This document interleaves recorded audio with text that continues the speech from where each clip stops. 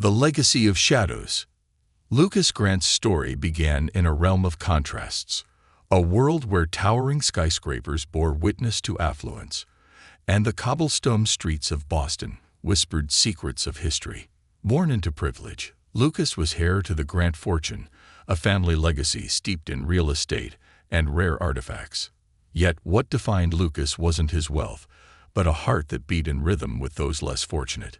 Lucas's father, Thomas Grant, had built an empire from the ground up.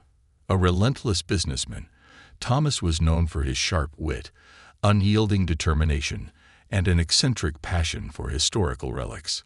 Few knew about his clandestine collection, a treasure trove of ancient artifacts and curious heirlooms kept under lock and key in the Grant estate.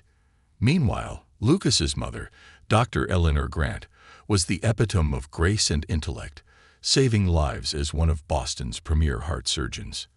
Despite their demanding careers, the Grants ensured that Lucas grew up grounded, instilling in him a sense of humility and duty toward others. As a child, Lucas was a dreamer. While his peers obsessed over toys and games, Lucas could often be found poring over old books, mesmerized by tales of ancient civilizations. Weekends were spent volunteering at local shelters, a pastime encouraged by Eleanor, who believed giving back was the truest form of wealth. Lucas's childhood was an idyllic blend of privilege and purpose, until the first shadow fell. Eleanor's illness struck like a storm, sudden and merciless. The vibrant woman who had been Lucas's anchor faded before his eyes, leaving him grappling with the fragility of life. Her passing left an irreplaceable void in the Grant family. Thomas, once a pillar of strength, became a quieter, more reflective man. Father and son clung to each other in their grief, forging a bond that would withstand the trials of the coming years. When Thomas remarried, Lucas was cautious but curious. Anna, his father's new wife, was a warm and graceful woman whose sincerity was disarming. Her daughter, Lily, was a sprightly teenager with a keen sense of humor and an uncanny ability to diffuse tension. What began as tentative coexistence soon blossomed into companionship. Lucas and Lily shared midnight conversations filled with laughter, confessions, and the occasional philosophical debate. Slowly, Lucas began to see Anna and Lily not as intruders but as family. By the time Lucas reached his mid-20s, he was poised to follow in Thomas's footsteps. His father introduced him to the intricacies of the real estate business, along with the guarded world of artifact collection. Lucas took to both pursuits with ease, combining business savvy with a reverence for history. Under his stewardship, the Grant legacy thrived.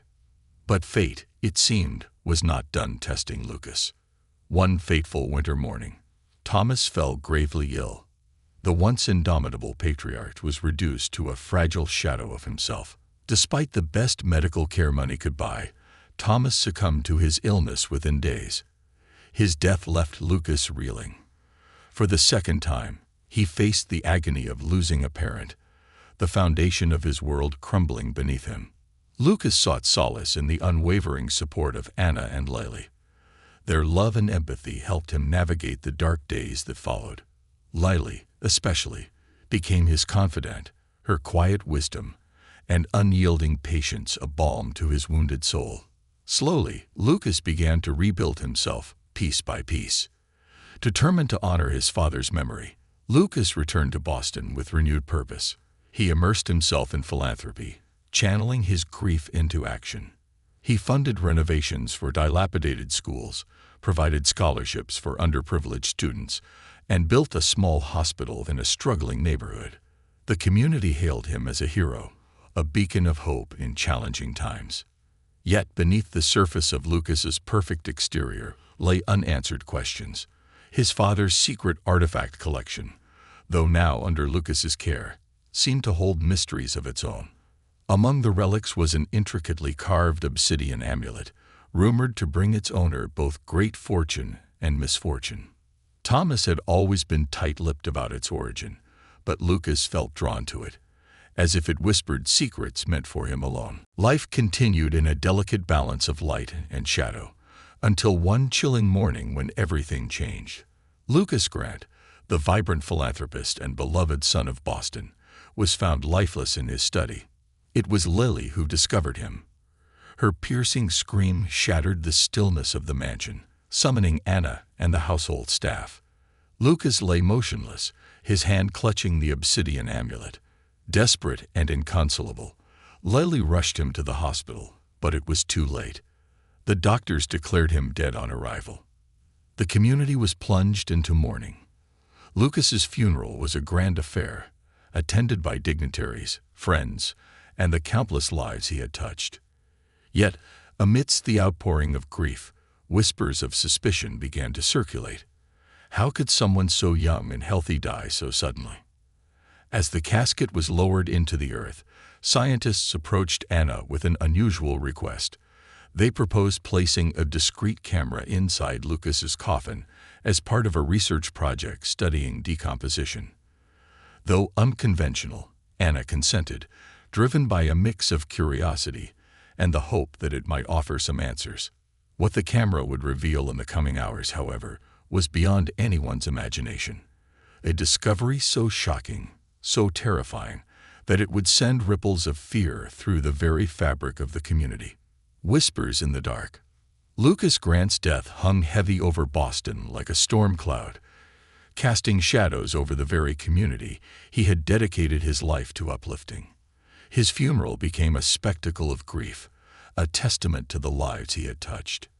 As his casket was lowered into the ground, tears flowed freely from the eyes of strangers and loved ones alike. Yet within the hushed crowd, there lingered an air of unease, a collective question that no one dared voice aloud. How could this happen to him? Anna and Lily were inconsolable in the days that followed. The Grant mansion, once vibrant with laughter and the hum of activity, became a mausoleum of memories. Every corner seemed to echo with Lucas's presence, the scent of his cologne, the faint indentations in his favorite chair, the half-finished book on his bedside table. Yet something else lingered in the air, an inexplicable tension that neither Anna nor Lily could shake. It was during this fragile time that Anna received the peculiar request from a group of scientists who specialized in death studies. Their research aimed to better understand the decomposition process in various environments, and Lucas's burial provided a unique opportunity to study conditions in Boston's historic cemetery. The scientists promised absolute discretion, swearing that the camera would serve purely academic purposes. Overwhelmed with grief and desperate for answers, Anna agreed. The camera was no ordinary device. Designed to function silently in darkness, it was equipped with state-of-the-art infrared capabilities, capable of capturing even the faintest movement. Once placed inside the coffin, it would stream the footage to a secure server, accessible only to the researchers. The scientists assured Anna that the findings would be shared with her, a small consolation in the face of her immeasurable loss. The burial took place on a crisp winter morning. As the first shovelful of soil hit the mahogany casket, Lily found herself overcome with an inexplicable chill.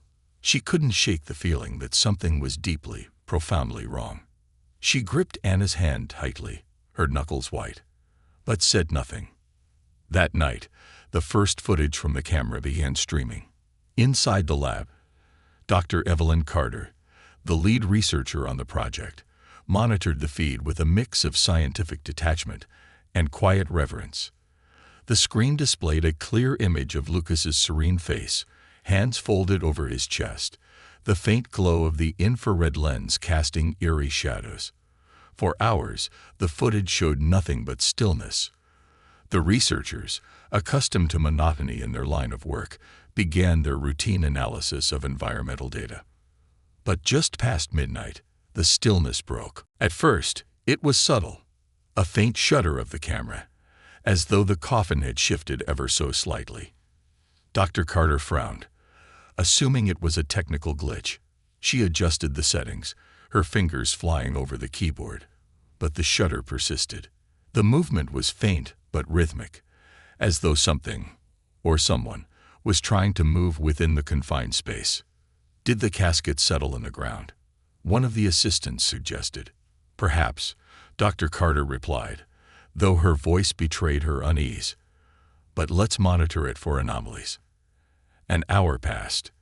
The rhythmic movement ceased, replaced by an oppressive silence that seemed to press against the researchers like a physical weight. Then, at precisely 1:17 a.m., the screen flickered. When the image stabilized, the scene had changed. Lucas's face, once calm and composed, now bore a faint frown. His lips, which had been closed in repose, appeared to have parted slightly. The researchers leaned closer, their breaths caught in their throats. It could have been a trick of the light, a product of natural processes, but there was something unsettling about the shift. And then it happened. A sound, faint and distorted, crackled through the speakers. At first, it was indistinguishable, a low hum that seemed to come from the depths of the earth. But as the seconds ticked by, the sound grew clearer. It was a voice. Lucas's voice. "Why am I here?" The words were slurred, like someone speaking through water. The room fell deathly silent as the researchers exchanged horrified glances. Dr. Carter, ever the skeptic, replayed the audio, searching for evidence of interference or malfunction. But the voice was unmistakable, its tone imbued with a chilling blend of confusion and despair. Before anyone could react, the screen flickered again. This time, the changes were more pronounced. Lucas's body, which had been immobile for hours, now lay at a slightly different angle. His right hand, once resting peacefully on his chest, appeared to have shifted toward his side. The researchers debated calling it a night, their nerves fraying under the weight of what they had witnessed. But professional curiosity kept them glued to their seats. They continued to watch as the minutes stretched into hours, each moment more harrowing than the last. At 3:33 a.m., the camera captured something that defied all logic. A shadow, darker than the surrounding void, began to coalesce at the edges of the frame. It moved with an unnatural fluidity, swirling and pulsating like a living entity. As the researchers stared, paralyzed with fear, the shadow crept closer to Lucas's body. When it reached his chest, the screen momentarily went black. When the feed returned, Lucas's eyes were open. They were wide and glassy, staring directly into the camera. His lips moved, but no sound came through. The researchers scrambled to adjust the audio feed, but the silence persisted, thick and suffocating. Then, as if responding to their panic, the camera lens began to frost over from the inside. "It's not possible," one of the assistants whispered. "There's no temperature change inside the coffin." Dr. Carter said nothing, her gaze fixed on the screen. For the first time in her career, she felt the cold grip of fear. Whatever was happening defied every scientific principle she had ever known. By morning, the footage had become the subject of heated debate within the research team. Some argued for a natural explanation: gas buildup, electromagnetic interference, the power of suggestion. Others, shaken to their core, insisted that something far darker was at play. Word of the discovery began to spread, reaching Anna and Lily through whispered conversations among the staff. At first, Anna dismissed the claims as nonsense, the product of overactive imaginations and grief. But Lily, who had always trusted her instincts, couldn't ignore the nagging feeling that Lucas was trying to communicate. Determined to uncover the truth, she demanded to see the footage. What she saw made her blood run cold. The haunting truth. The Grant mansion stood silent under a steel-gray sky, its towering windows reflecting the storm brewing within. Lily sat in Lucas's study, her hands trembling as she replayed the footage from the camera placed in her brother's coffin. The room, once a sanctuary of knowledge and calm, now felt oppressive, its walls closing in with every passing second. She had watched the video twice now. The flickering screen, Lucas's open eyes, the shadow. Each frame was etched into her mind, refusing to be dismissed as a technical anomaly. Her heart raced, not from fear alone, but from a growing conviction. Lucas was trying to send a message. That night, Lily approached Anna with the video. Anna, still fragile from her grief, initially refused to watch. "Lily, "This is absurd. He's gone. We have to accept that," Anna said, her voice cracking. But Lily was insistent. "You need to see this. Something isn't right. Please, just watch." Reluctantly, Anna agreed. The two sat in silence as the footage played out, their faces illuminated by the cold glow of the laptop screen. Anna gasped as Lucas's eyes snapped open on the screen, and when the shadow moved across his chest, she recoiled, clutching her daughter's hand. "What is this?" Anna whispered, her voice barely audible. "I don't know," Lily replied, her own voice trembling. "But I think Lucas is trying to tell us something." For hours, they debated their next move. Should they go to the scientists, the authorities, or bury the footage and try to move on? The uncertainty weighed heavily on both women, but Lily's resolve was unshakable. She needed answers. The next morning, Lily began digging into her brother's life, searching for anything that might explain the unexplainable. She started with his private journals, stored neatly on a shelf in his study. Lucas had always been meticulous, chronicling his thoughts and experiences with the same care he devoted to his philanthropic work. As she flipped through the pages, a recurring theme caught her eye: the obsidian amulet. Lucas had written about the artifact extensively. He described its intricate carvings, its peculiar weight, and the way it seemed to emanate an almost magnetic pull. One entry, dated 6 months before his death, stood out. "The amulet is unlike anything I've encountered. Father warned me of its duality, great fortune and great peril. I feel its power, but at what cost? Sometimes I hear whispers when I hold it. Am I imagining things, or is it trying to communicate?" Another entry, written just days before his death, sent chills down Lily's spine.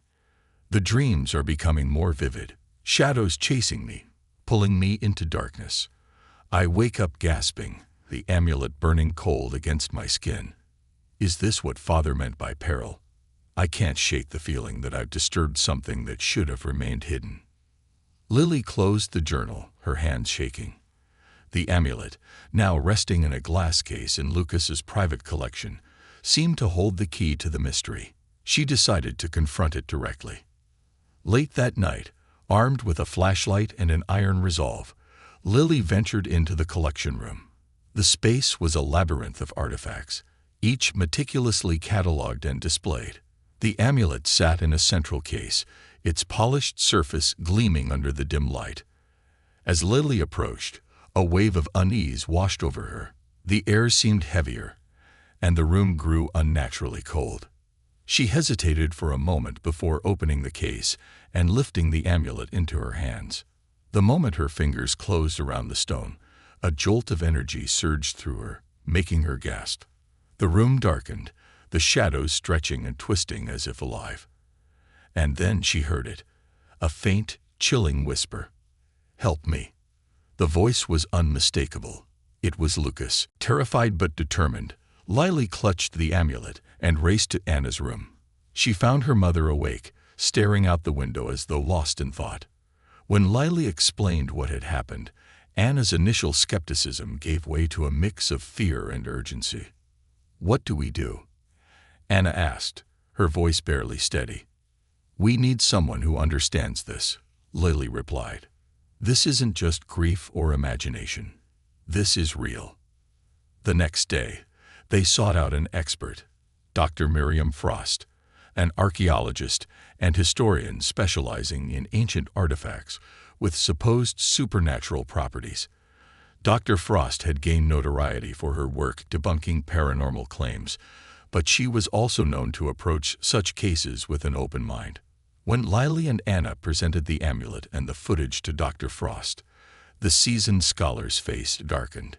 She examined the artifact carefully, her gloved fingers tracing its intricate carvings. "This is extraordinary," Dr. Frost murmured. "The craftsmanship is ancient, possibly Mesopotamian, though the style is unusual. And this symbol here," she pointed to a series of interlocking spirals. "It represents a gateway. To what? I can't say. Dr. Frost's analysis confirmed what Lucas had suspected. The amulet wasn't merely a relic. It was a conduit, a bridge between the physical and the metaphysical. But what lay on the other side of that bridge remained a mystery. "I've seen cases like this before," Dr. Frost continued.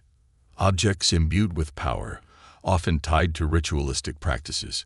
They're not inherently good or evil, but they can become dangerous if mishandled. Tell me, did Lucas mention experiencing anything unusual before his death?" Lily shared the journal entries, and Dr. Frost's expression grew grim. "It sounds like the amulet was activated, perhaps by proximity, perhaps by intent. Whatever the case, Lucas may have unwittingly opened himself to something he couldn't control." "Is he trapped?" Lily asked, her voice breaking. "Can we bring him back?" Dr. Frost hesitated before answering. "If his spirit is tethered to the amulet, there may be a way to free him, but it's risky. You'll need to perform a ritual to sever the connection, and it must be done carefully. Any mistake could make things worse." That night, under Dr. Frost's guidance, Lily and Anna prepared for the ritual. They gathered in Lucas's study, the amulet placed at the center of a circle drawn with salt and ash. Candles flickered in the dim light, casting eerie shadows on the walls. Dr. Frost instructed them to focus their thoughts on Lucas, to call up to him with love and intention. As the ritual began, the room grew colder. The flames of the candles danced wildly, and the shadows seemed to converge around the amulet. Lily's heart pounded as she whispered her brother's name, tears streaming down her face. "Lucas, if you're here, we're trying to help you. Please, show us a sign." For a moment, nothing happened. Then, the amulet began to glow faintly, its surface radiating an otherworldly light. The whispers returned, louder this time, but indistinct. Lily reached out, her hand hovering over the amulet, and a sudden burst of energy knocked her backward. The room filled with a deafening roar as the shadows coalesced into a figure, a dark, indistinct shape that loomed over the circle. And then, just as suddenly, the figure dissolved, and the room fell silent. When Lily opened her eyes, the amulet was dark once more. The oppressive weight that had filled the room was gone, replaced by an almost tangible sense of peace. "Did it work?" Anna asked, her voice shaking.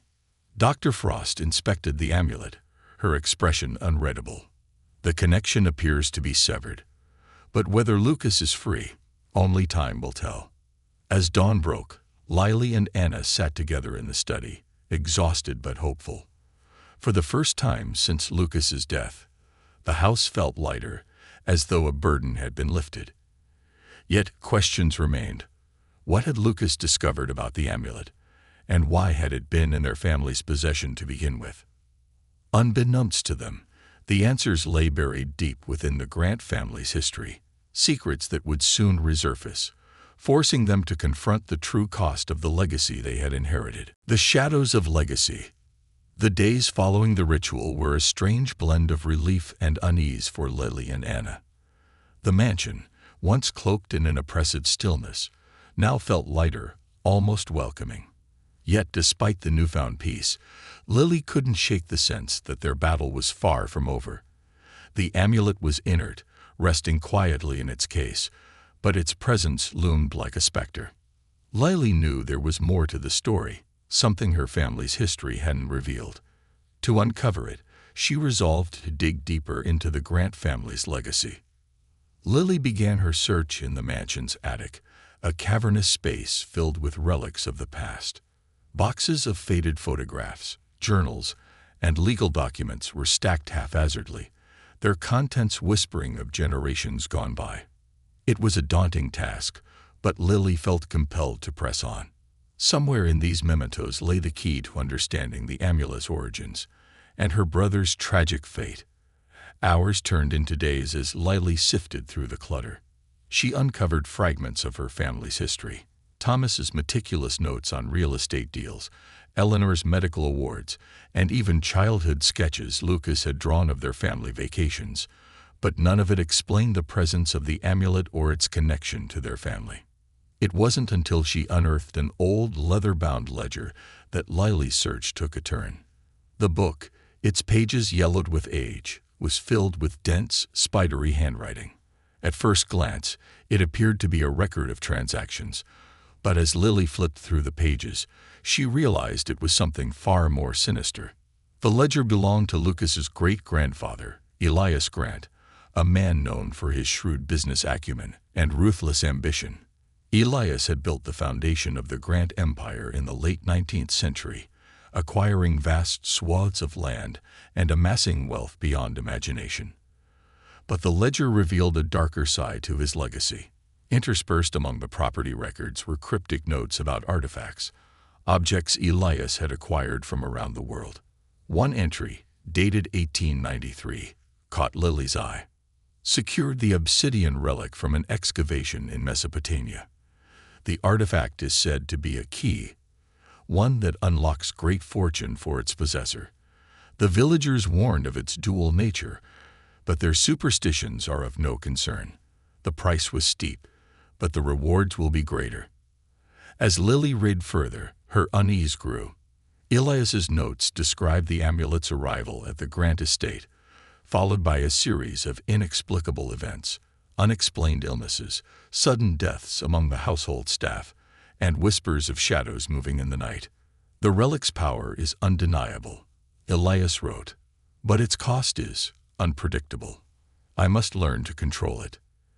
The entries abruptly ended in 1901, the year Elias reportedly died of a sudden heart attack.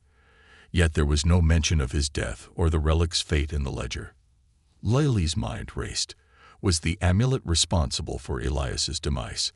Had it been passed down through the generations, silently wreaking havoc on her family? Determined to find answers, Lily turned to Anna, sharing the contents of the ledger. Anna was visibly shaken, but agreed to help. Together, they decided to visit the Grant family's lawyer, Harold Whittaker, who had managed their estate for decades. If anyone knew the truth about the family's history, it would be him. Harold's office was a study in contrasts. Modern furniture juxtaposed with walls lined with ancient books and artifacts. The elderly lawyer greeted Lily and Anna warmly but grew visibly uncomfortable as they explained their findings. I had hoped this would remain buried, Harold admitted after a long pause. But I suppose you deserve to know the truth. According to Harold, Elias Grant had indeed acquired the amulet under mysterious circumstances. It was said to be part of an ancient Mesopotamian ritual, a relic tied to a deity known as Ereshkigal, the queen of the underworld. The artifact was believed to act as a bridge between realms, granting its possessor immense power, but only at a cost. Elias didn't understand the consequences, Harold explained. The amulet isn't just a relic, it's a vessel. It feeds on the energy of those who come into contact with it, binding them to its influence. Over time, it consumes them. Consumes them, Anna echoed, her voice trembling. Death, madness, misfortune. It manifests differently for each person, Harold said. Elias thought he could control it, but the amulet's power is beyond human understanding. Every generation of the Grant family has been touched by it, though not everyone knew its true nature. Then why keep it? Lily demanded, her frustration boiling over. Why not destroy it? Harold shook his head gravely. It cannot be destroyed, not by conventional means. The amulet is bound to something far older than any of us. Removing it from the family's possession might break the cycle, but doing so could unleash consequences we can't predict. Armed with this knowledge, Lily and Anna returned to the mansion, their minds reeling. The amulet was a curse, a legacy of darkness that had haunted their family for over a century.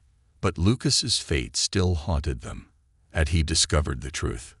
And if so, why hadn't he acted? That night, Lily found herself drawn to Lucas's study once more. She sat at his desk, her fingers tracing the edge of his journal. As she opened it to the final entry, a sense of foreboding settled over her. I've made a decision.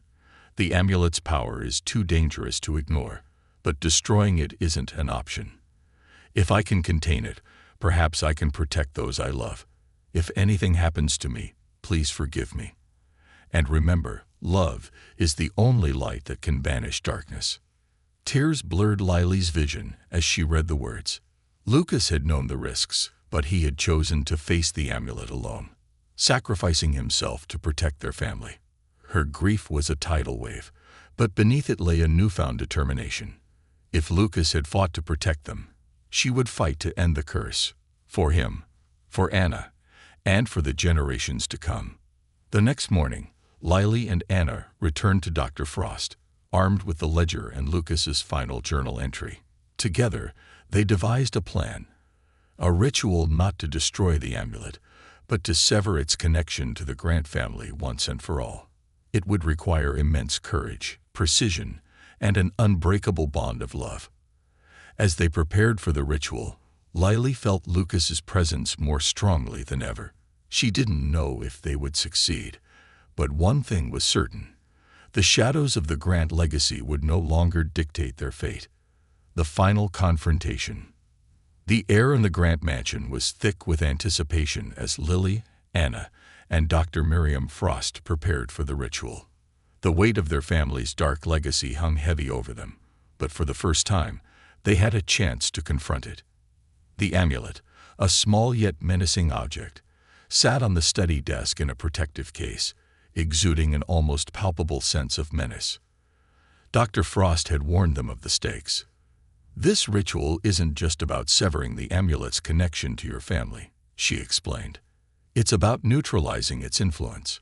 If we fail, the consequences could be catastrophic, not just for your family, but for anyone who comes into contact with it."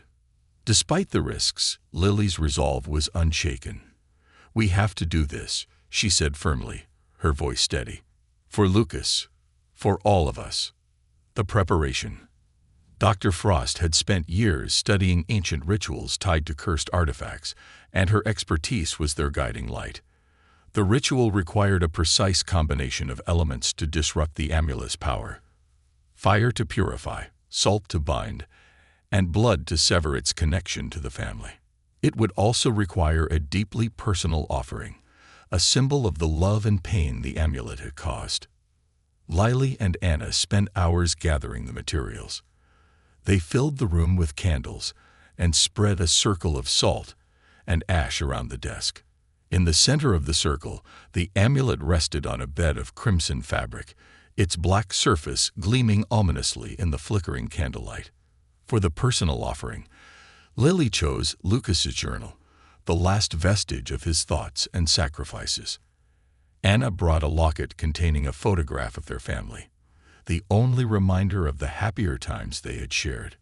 Dr. Frost arranged the items meticulously, her movements precise and deliberate. "Once we start, there's no turning back," she said, her voice heavy with caution. "You must remain focused. The amulet will resist us. It will try to manipulate our minds and emotions. Stay grounded in your love for Lucas and each other." The ritual begins. As the clock struck midnight, the ritual began. Dr. Frost chanted an ancient incantation, her voice steady and resonant. The air grew colder, and the flickering flames of the candles cast strange, shifting shadows across the walls. Lily and Anna stood on either side of the circle, their hands clasped tightly as they repeated the chant. At first, nothing happened. But then, the amulet began to glow, a deep, pulsating red that seemed to radiate malice. The air crackled with energy, and the shadows in the room grew darker, twisting and writhing as if alive. Suddenly, the whispers began. At first, they were faint, indistinct murmurs, but they quickly grew louder, more insistent. The voices were fragmented, a cacophony of anguish and anger. Lily's heart pounded as she recognized one of the voices. It was Lucas. "Lily, Anna, why did you leave me?" The words struck like a physical blow. Lily felt tears spring to her eyes, her resolve wavering. She turned to Anna, whose face was pale and stricken. "It's not him," Dr. Frost said sharply, her voice cutting through the noise. The amulet is feeding on your emotions. Focus on the ritual. Gritting her teeth, Lily forced herself to look away from the shadows and back at the circle. She tightened her grip on Anna's hand, drawing strength from their shared determination. The amulet fights back. As the chanting continued, the amulet's glow intensified. The air grew thick with a suffocating pressure, and the room trembled as if the house itself was protesting their efforts. The shadows coalesced into a towering figure, a mass of darkness with glowing red eyes that seemed to bore into their very souls. "You cannot break me," the figure intoned, its voice a deep, resonant growl. "I have bound myself to your family. Your blood is my vessel." Lily felt a wave of fear wash over her, but she refused to let it take hold. Instead, she stepped forward, her voice trembling but resolute. "You've taken enough from us. You won't take any more." The figure laughed, a chilling sound that echoed through the room. "You think you can defy me. Your brother thought the same. And now he is mine." The mention of Lucas ignited a fire within Lily. "No," she said firmly, stepping closer to the circle. "He's not yours. He was never yours." Lily reached into the circle and placed Lucas's journal next to the amulet. The moment the journal touched the crimson fabric, the shadows recoiled, and the figure let out an ear-splitting roar. The amulet's glow faltered, flickering like a dying flame. "The final sacrifice." Dr. Frost's voice rose above the chaos, her chant reaching a fever pitch. "Now," she shouted, "the offering, place it in the fire." Anna hesitated for a moment, clutching the locket to her chest. Tears streamed down her face as she whispered, "I'm so sorry, Lucas. I love you." With trembling hands, she placed the locket into the fire. The flames roared to life, engulfing the locket in a brilliant blaze. The amulet's glow intensified one final time before shattering into 1,000 fragments of light. The shadowy figure let out a final, anguished scream before disintegrating into the darkness. And then silence. The aftermath. The room was still, the air warm and filled with the scent of smoke.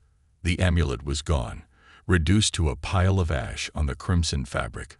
Lily and Anna stood together, holding each other tightly as tears of relief and exhaustion streamed down their faces. Dr. Frost examined the remains of the amulet, her expression one of cautious satisfaction. "It's done," she said softly.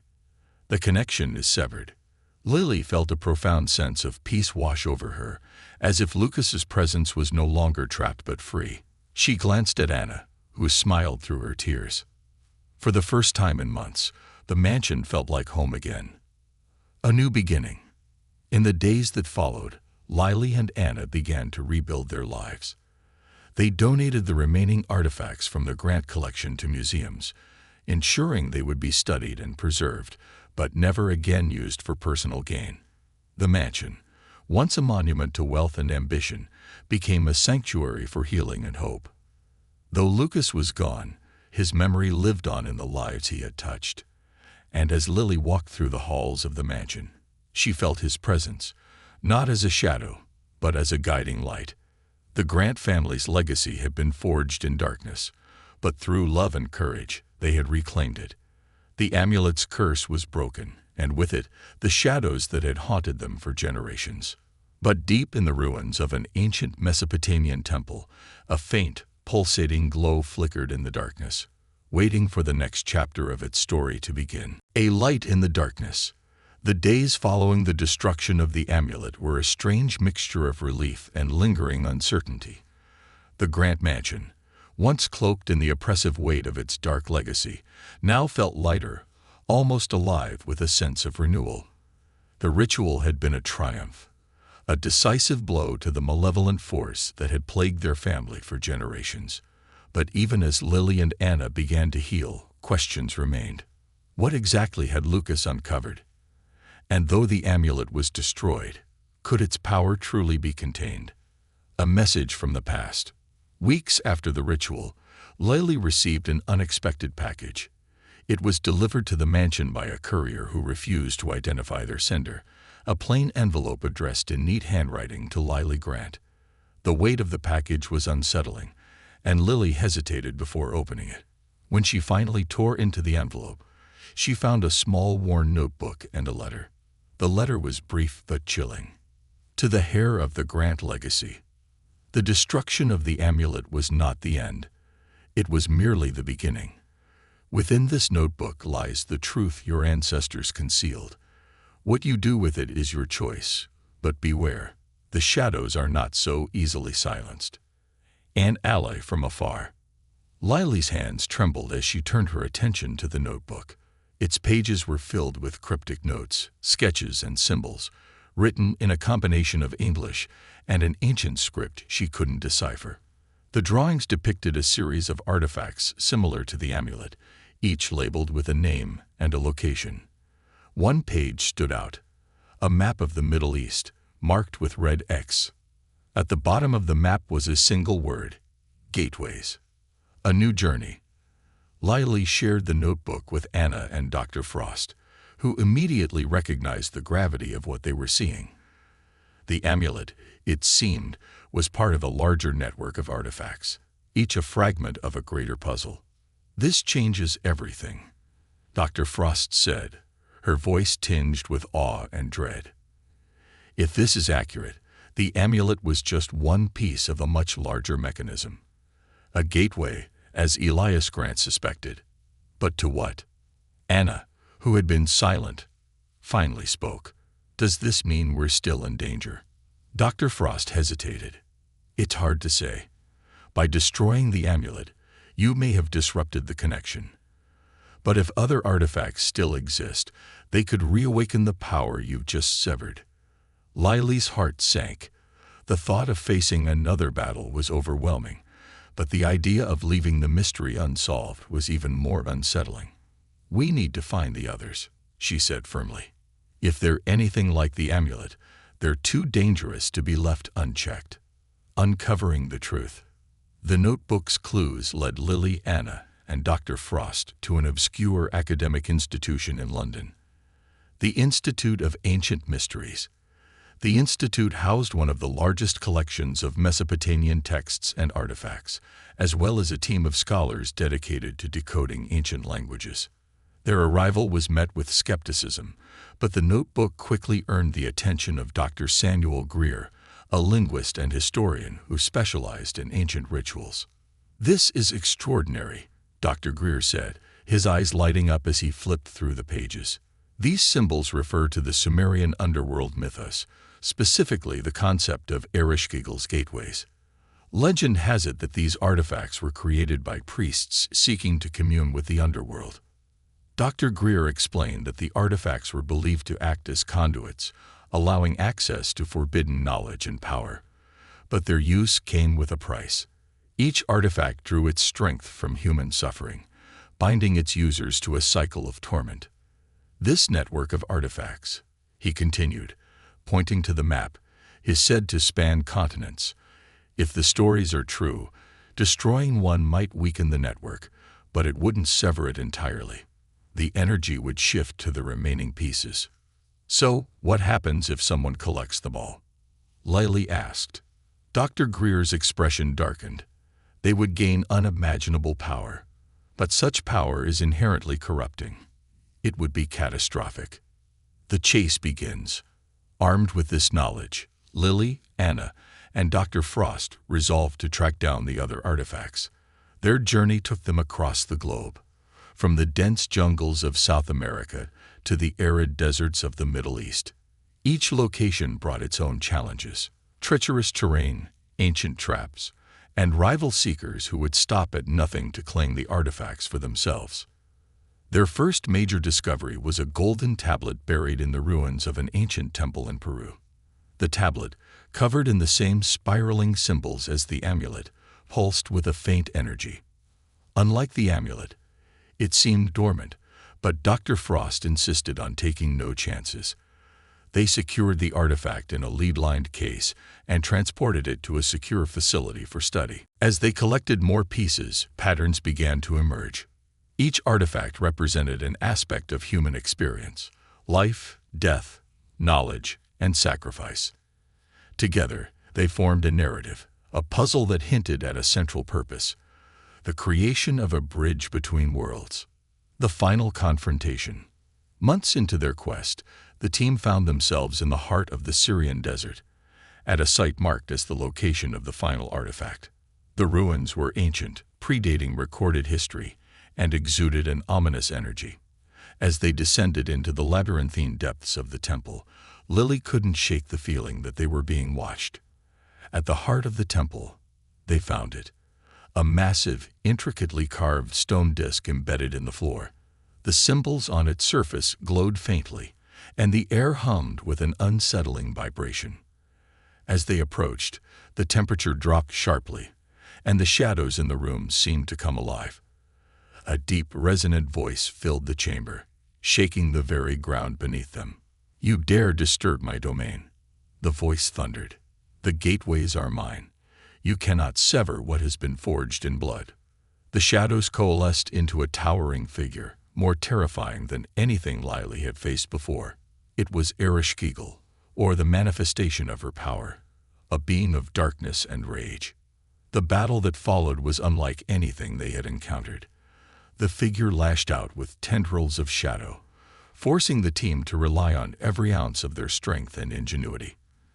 Dr. Frost used her knowledge of ancient rituals to disrupt the figure's power, while Anna and Lily worked to destroy the disc. In a final desperate act, Lily used the golden tablet as a weapon, smashing it against the stone disc. The artifacts resonated with a deafening hum before erupting in a blinding burst of light. The figure let out an ear-splitting roar before dissolving into the shadows, leaving the chamber eerily silent. The legacy redefined. The destruction of the disc severed the remaining gateways, neutralizing their power. But the victory came at a cost. The energy released by the artifacts left the team physically and emotionally drained, and the temple began to collapse around them. They barely escaped with their lives. Back in Boston, Lily and Anna began the slow process of rebuilding their lives. The artifacts they had recovered were locked away in a secure, undisclosed location, their power neutralized but never forgotten. The Grant family's legacy, once a source of darkness, had been redefined. Lily and Anna vowed to use their wealth and influence to ensure that the mistakes of the past would never be repeated. They established a foundation dedicated to the study and preservation of ancient cultures, ensuring that history's lessons would be remembered and its curses avoided. And though the shadows of the past lingered, Lily found solace in the knowledge that Lucas's sacrifice had not been in vain. His love had guided them through the darkest of nights, proving that even in the face of unimaginable darkness, light could prevail. Epilogue. Deep in the ruins of an undiscovered temple, a faint, pulsating glow flickered in the darkness. The shadows stirred, whispering of a time when the gateways would open once more. For now, they slept. But shadows have a way of returning.